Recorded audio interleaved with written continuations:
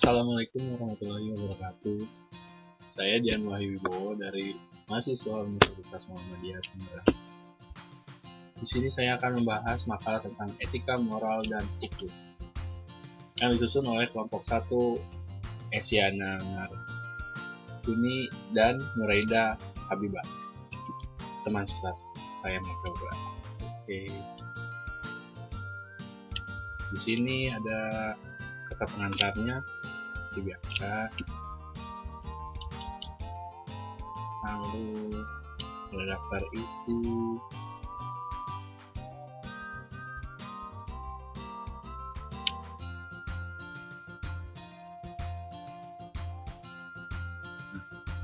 langsung kita ke bab 1 pendahuluan. Latar belakang. Di era globalisasi saat ini, para pelajar atau anak muda sekarang seperti kehilangan arah dan tujuan. Nyasar nih kayaknya. Mereka terjebak pada lingkaran dampak globalisasi yang lebih mengedepankan sikap tidak peduli, apatis nih, akan tetapi lebih mengarah pada sifat anarkisme. Bahkan banyak masyarakat yang menganggap generasi muda sekarang ini tidak memberikan pengaruh positif sebagai seorang pelajar yang terpelajar.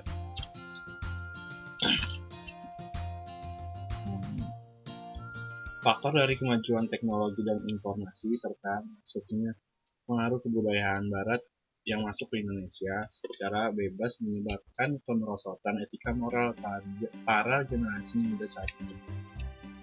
Hal ini tentu saja sangat cepat berpengaruh pada diri mereka baik. Itu dilihat dari sopan santun dalam berperilaku, gaya berbicara, sikap toleransi, menghormati dan menghargai orang yang ada di lingkungan sekitar, sehingga nilai-nilai Pancasila tidak lagi dijadikan sebagai pedoman hidup generasi muda saat ini. Hukum pada dasarnya harus sesuai dengan nilai-nilai luhur bangsa yang bersangkutan. Perkembangan masyarakat yang sangat cepat dan pengaruh globalisasi menuntut adanya hukum acara perdata yang dapat mengatasi di bidang perdata dengan cara yang efektif dan efisien sesuai dengan asas sederhana, mudah, dan biaya ringan. Oke, bab 2 pembahasan etika, moral, dan hukum. Materi pembelajaran, definisi etika, dan mengapa mahasiswa perlu dan penting untuk bertindak sesuai dengan kode etik. Jawabnya, etika adalah ilmu pengetahuan yang berhubungan dengan upaya menentukan perbuatan-perbuatan yang dilakukan oleh manusia untuk dikatakan baik atau buruk, dengan kata lain aturan ataupun pola-pola dari tingkah laku yang dihasilkan oleh akal manusia. Karena mahasiswa mampu untuk mengontrol pribadi dan dapat mengetahui dan membandingkan moral-moral yang ada di masyarakat. 2. Perbedaan etika, hukum, dan moral. Berbeda ya, berarti etika, hukum, dan moral. Iya, emang berbeda.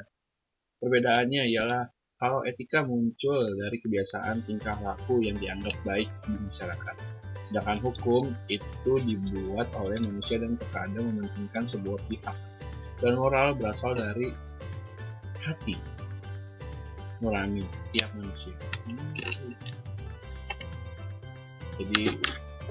Jadi etika itu munculnya karena tingkah laku seseorang, dan hukum itu dibuat untuk dipatuhi. Dan moral itu berasal dari hati sendiri.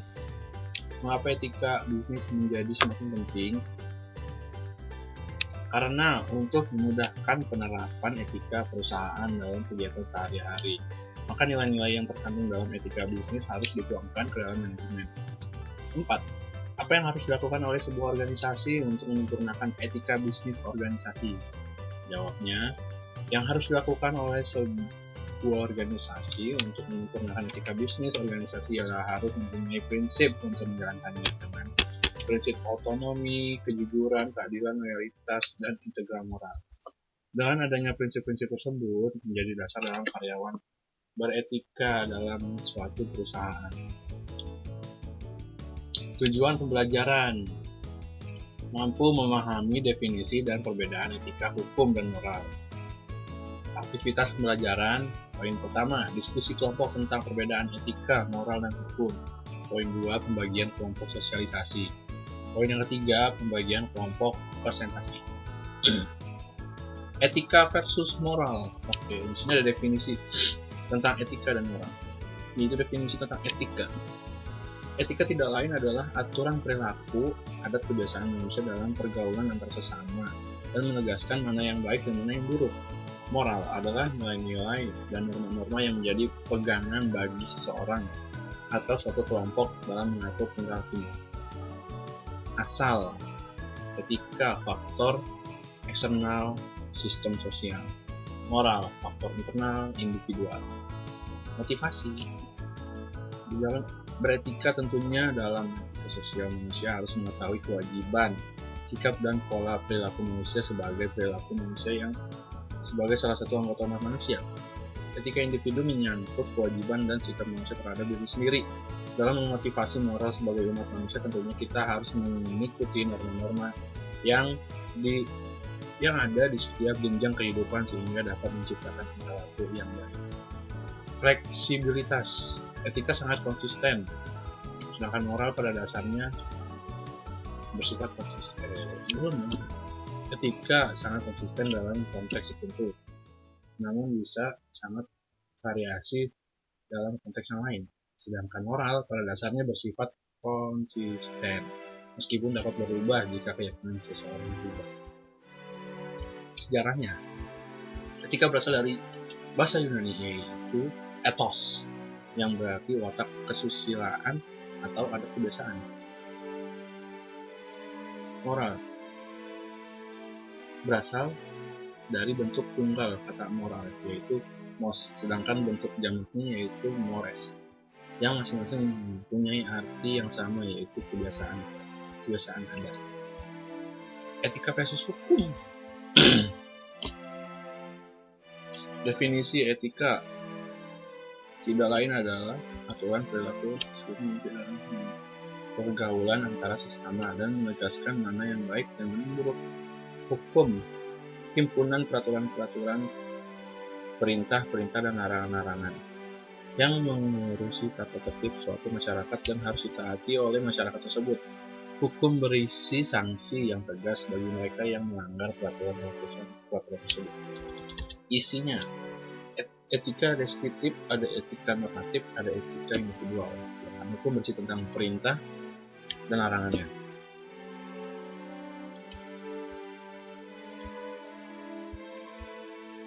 Ada juga etika sosial, dibuat oleh masyarakat. Etika itu dibuat oleh masyarakat, sedangkan hukum dibuat oleh negara hukum atau lembaga-lembaga yang berotoritas membuatnya. Hukuman, sanksi, hukuman dalam etika, sanksi ini diberikan oleh masyarakat sendiri tanpa melibatkan pihak berwenang. Pelanggaran yang terkena sanksi sosial biasanya merupakan kejahatan kecil ataupun pelanggaran yang dapat dimaafkan, sedangkan dengan demikian hukuman yang diterima akan ditentukan oleh masyarakat. Hukum, sanksinya diberikan oleh pihak berwenang atau otoritas. Dalam hal ini pihak kepolisian dan hakim. Pelanggaran yang dilakukan tergolong pelanggaran berat dan harus diganjar dengan hukuman pidana ataupun perdata. Tujuannya, etika itu tujuannya untuk menciptakan nilai moral yang baik, sedangkan hukum untuk mengatur pergaulan hidup manusia secara baik. Contoh etika, hukum, dan moral.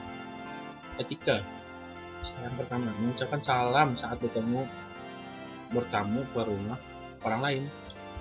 Etika ini sudah diajarkan sejak dahulu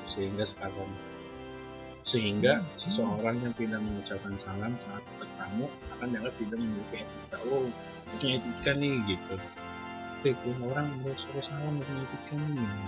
Gitu.